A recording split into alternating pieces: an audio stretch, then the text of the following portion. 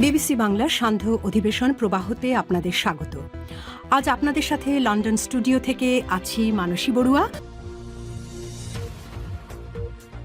বাংলাদেশের সর্বশেষ গুরুত্বপূর্ণ আপডেট সংবাদে আপনাকে স্বাগত। শুরুতেই সংবাদ শিরোনাম, পরে বিস্তারিত।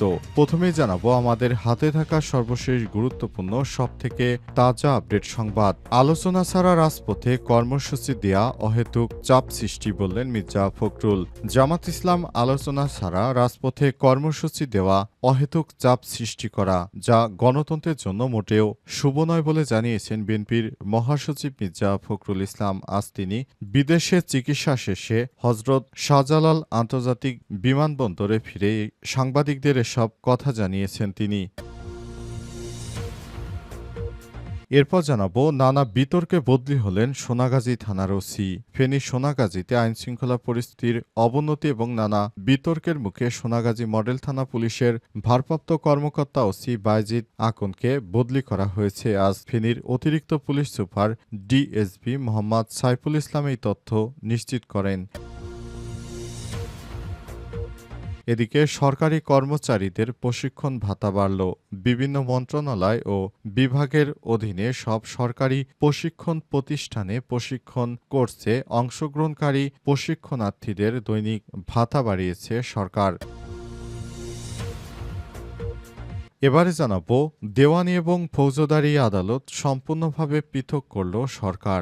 বাংলাদেশের ইতিহাসে প্রথমবারের মতো দেওয়ানি ও ফৌজদারি আদালতকে সম্পূর্ণভাবে পৃথক করেছে সরকার। আজ আইন মন্ত্রণালয়ে এ বিষয়ে একটি প্রজ্ঞাপন জারি করা হয়। এবং সর্বশেষ জানাবো, নির্বাচনী দায়িত্বে অবহেলা এবং অপরাধের সাজা বাড়ছে।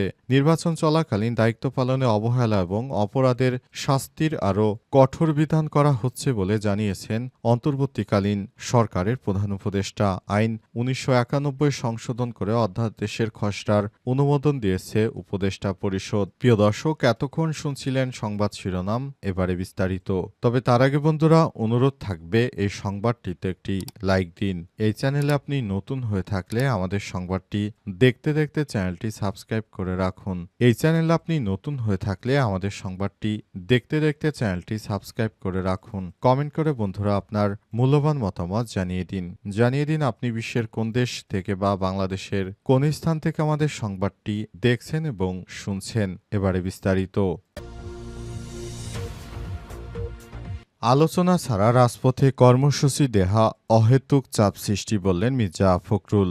জামাত ইসলাম আলাপ আলোচনা ছাড়া রাজপথে কর্মসূচি দিয়েছে, সেটি অহেতুক চাপ সৃষ্টি করেছে বলে, যা গণতন্ত্রের জন্য শুভ নয় বলে জানিয়েছেন বিএনপির মহাসচিব মির্জা ফখরুল ইসলাম আলমগীর। আজ সিঙ্গাপুরে চিকিৎসা শেষে দেশে ফিরে বিমানবন্দরে নেমে সাংবাদিকদের সঙ্গে আলাপকালে এই কথা জানান ফখরুল। বিএনপি মহাসচিব বলেন, দেশের সমস্যা সমাধানের উদ্যোগ নিজেদেরই নিতে হবে, সেটা সবার সমন্বিত প্রচেষ্টায় রাজনৈতিকদের নিতে হবে। বাংলাদেশের সিদ্ধান্তগুলো আগেও দেশের মানুষ নিয়েছে, এবারও নেবে। তাদের সিদ্ধান্তের বাইরে সিদ্ধান্তের কোনো প্রয়োজন নেই। ফখরুল বলেন, এভাবে রাজপথে আসলে সমস্যা সমাধান হবে না। আমার প্রশ্ন, বিএনপি সবথেকে বড় রাজনৈতিক দল, এ ব্যাপারে কোনো সন্দেহ নেই। বিএনপি এখন পর্যন্ত ৫ই আগস্ট থেকে কোনো ইস্যু রাজপথে আসেনি। আলোচনার মধ্য দিয়ে সব সমস্যা সমাধান করতে চাচ্ছি। আমার বিশ্বাস এগুলো আলোচনার মাধ্যমে শেষ হবে। বিএনপির মহাসচিব আরও বলেন, বিএনপি সবসময় আলোচনার মধ্য দিয়ে সমাধানে বিশ্বাস করে। বিএনপির নেতাকর্মীরা কখনোই এই ধরনের অরাজক কর্মসূচি দিয়ে সাধারণ জনতাকে বিপদে ফেলবে না বলে মন্তব্য করেছেন বিএনপির মহাসচিব মির্জা ফখরুল ইসলাম আলমগীর। তিনি বলেন, এই নির্বাচনটা সুষ্ঠু সুন্দর মতো করার জন্য আমরা সব রকমের প্রস্তুতি গ্রহণ করছি। আপনারা যদি নির্বাচন না করেন বলে দিবেন নির্বাচন করবেন না, তবে অহেতুক এই ধরনের কর্মকাণ্ড করে সাধারণ মানুষের চলাচলে আপনারা বিঘ্ন সৃষ্টি করতে পারেন না বলে মন্তব্য করেছেন বিএনপির মহাসচিব মির্জা ফখরুল ইসলাম আলমগীর। নানা বিতর্কে বদলি হলেন সোনাগাজী থানার ওসি। ফেনীর সোনাগাজীতে আইনশৃঙ্খলা পরিস্থিতির অবনতি এবং নানা বিতর্কের মুখে সোনাগাজী মডেল থানা পুলিশের ভারপ্রাপ্ত কর্মকর্তা ওসি বাইজিদ আকনকে বদলি করা হয়েছে। বৃহস্পতিবার 18 সেপ্টেম্বর বিকেলে ফেনীর অতিরিক্ত police super DSP Mohammad Saiful Islam এই তথ্য নিশ্চিত করেন। এর আগে একাদেশে সোনাগাজী মডেল থানা পুলিশের ভারপ্রাপ্ত ওসিকে বদলির বিষয়টি সামনে আনা হয়। জানা গেছে তিনি দীর্ঘদিন ধরে নানা রকম অনিয়মের সঙ্গে জড়িত ছিলেন। এ কারণে তার বিরুদ্ধেই ব্যবস্থা গ্রহণ করা হচ্ছে। এই ঘটনা এমন একটি সময় সামনে আসলো যখন পুরো দেশ জুড়ে পুলিশের যারা ঊর্ধ্বতন কর্মকর্তা রয়েছেন বিগত ফ্যাসিস্টের সময় সব রকমের সহযোগিতা করেছেন তাদের ব্যাপারে সরকার কড়া পদক্ষেপ গ্রহণ করছে। ইতিমধ্যেই দেশের বিভিন্ন থানা থেকে অনেককেই চাকরিচ্যুত করা হয়েছে।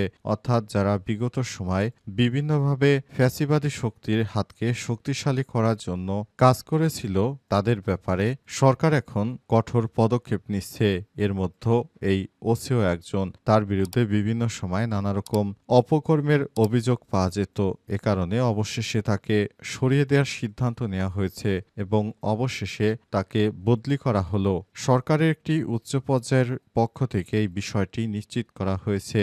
ভবিষ্যতে কেউ যেন এই ধরনের অপকর্ম না করে তাই সবাইকে সতর্ক থাকার আহ্বান জানানো হয়েছে।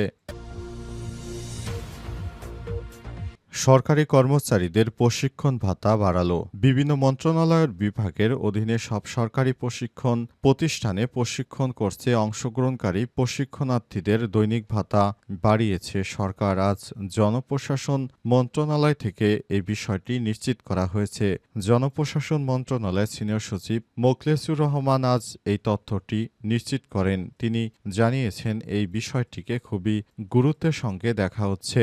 আজ অর্থ মন্ত্রণালয় অর্থ বিভাগ থেকে সংক্রান্ত একটি পরিপত্র জারি করা হয়েছে। যুগ্ম সচিব ড মোহাম্মদ ফেরদৌস আলমের সই করা পরিপত্র অনুযায়ী এখন থেকে নবম গ্রেড ও তদূর্ধ্ব পর্যায়ে কর্মচারীরা কেন্দ্রে অবস্থানকালীন দৈনিক ৮০০ টাকা এবং মাঠ সংযুক্তকালীন ১,০০০ টাকা ভাতা পাবেন। অন্যদিকে দশম গ্রেডে ও এর নিচের পর্যায়ে কর্মচারীদের জন্য এই ভাতা কেন্দ্রে অবস্থানকালীন ৬০০ টাকা এবং মাঠ সংযুক্তকালীন ৭০০ টাকা নির্ধারণ করা হয়েছে। এদিকে পরিপত্র কিছু শর্ত জুড়ে দেওয়া হয়েছে। এর মধ্যে উল্লেখযোগ্য হল এই ভাতা বাবদ অতিরিক্ত কোনো বরাদ্দ দাবি করা যাবে না এবং সংশ্লিষ্ট মন্ত্রণালয় বা বিভাগের নিজস্ব বাজেট থেকে এই ব্যয় নির্বাহ করতে হবে। কোনো আর্থিক অনিয়ম হলে বিল পরিশোধকারী কর্তৃপক্ষকে দায়ী করা হবে বলেও উল্লেখ করা হয়েছে।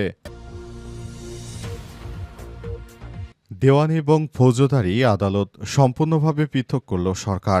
বাংলাদেশের ইতিহাসে প্রথমবারের মতো দেওয়ানি এবং ফৌজদারি আদালতকে সম্পূর্ণভাবে পৃথক করেছে সরকার। আজ আইন মন্ত্রণালয় বিষয়ে একটি প্রজ্ঞাপন জারি করে। এতে বলা হয় বিচারকদের উপর দ্বৈত দায়িত্বের চাপ কমিয়ে বিচারিক কার্যক্রমে গতি আনার লক্ষ্যে পৃথকভাবে নতুন আদালত স্থাপন করা হয়েছে। এর ফলে মামলা নিষ্পত্তির হার উল্লেখযোগ্য হারে বাড়বে বলে আশা করছে সরকার। এখন পর্যন্ত জেলা আদালতগুলোতে যুগ্ম জেলা জজ, অতিরিক্ত জেলা জজ ও জেলা জজরা একই সঙ্গে দেওয়ানি এবং ফৌজদারি দায়রা মামলা বিচার করে আসছিলেন। দ্বৈত দায়িত্ব পালন করায় মামলার জট বাড়ছিল এবং বিচারিক দীর্ঘসূত্রতা তৈরি হচ্ছিল। বর্তমানে দেশের অধস্তন আদালতগুলোতে প্রায় ১৬ লাখ দেওয়ানি এবং ২৩ লাখ ফৌজদারি মামলা বিচারাধীন রয়েছে।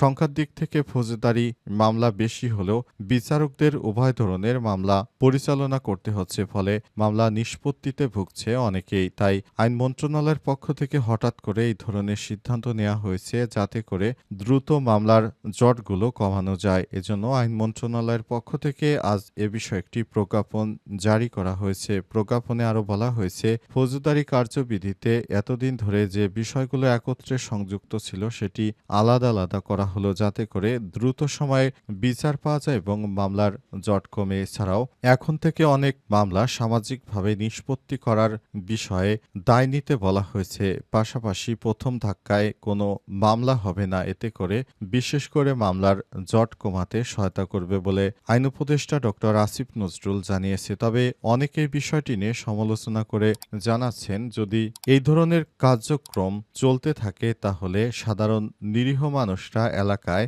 আসলে কখনোই তারা ন্যায় বিচার পাবে না। কারণ দেখা যাচ্ছে এলাকাতে যাদের পয়সা রয়েছে হয়েছে তাদের পক্ষেই মামলার রায় হয়ে যায়, তাই এই বিষয়টিকেও তার গুরুত্ব দেওয়া উচিত ছিল।